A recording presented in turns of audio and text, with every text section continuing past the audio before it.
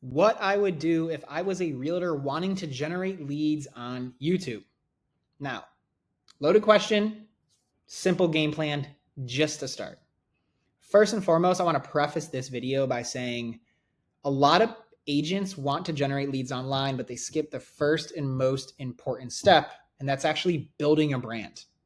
A lot of people want to post videos, put their phone down, and expect multi-million-dollar homeowners to call them asking to list their home. Sure, that can and will happen over time. However, you need to start from square one. Here's what that looks like. Define who your channel is for. Get clear on your target market. If you want to sell luxury waterfront real estate in Fort Lauderdale, Florida, design a channel specifically for that. Luxury waterfront living in Fort Lauderdale, Florida. Boating capital of the world, yachting capital of the world, Fort Lauderdale, Florida. Whatever you want to frame the channel as, make a channel specifically designed for the people you want to attract to it and build a community of those people. And then create videos that they care about, that speaks to them, that would entertain them, educate them. Videos they're searching for. So that way the videos can provide value to them and they can start to connect with you and familiarize themselves with you. Now, once you get clear on the direction for your channel, which is extremely important, once you have that clarity, then you're going to give yourself 6 months and you're going to put your head down and you're not going to pick it up for 6 months. The standard on YouTube, if you really want to do YouTube as an agent, if you really want to take it seriously and see results over time, you need to be posting once a week. That's the standard, guys. If you do not have the capacity or resources to publish a YouTube video one time a week for 6 months, this is not worth doing. I personally believe that one time a week is the minimum. It's the standard that you should all hold yourselves to. Sure, post a video a month, post 2 a month.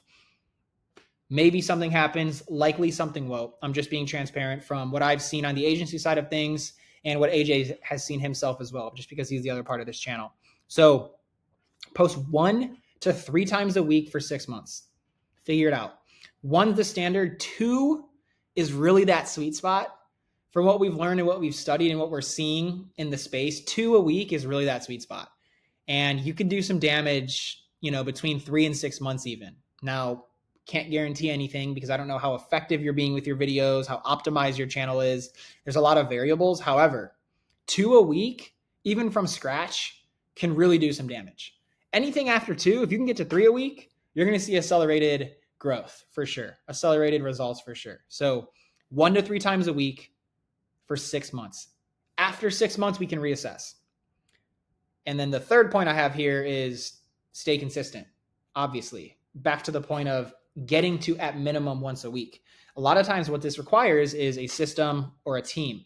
Now, I don't know what capacity you're starting YouTube in, but I want you to approach it like its own entity, right? Like operating a YouTube channel and being consistent is tough. There is a high barrier to entry. And it's because it's a very technical platform and producing video isn't necessarily easy. It can be simple, but we make it a lot harder. So whatever system you need to organize your ideas, your writing, whatever system you need to film to make yourself efficient, you need to figure that out up front before you get going so you don't get into a situation where you burn out because you're stuck on this component of the video creation wheel. There's like 7 or 8 components to the video creation wheel.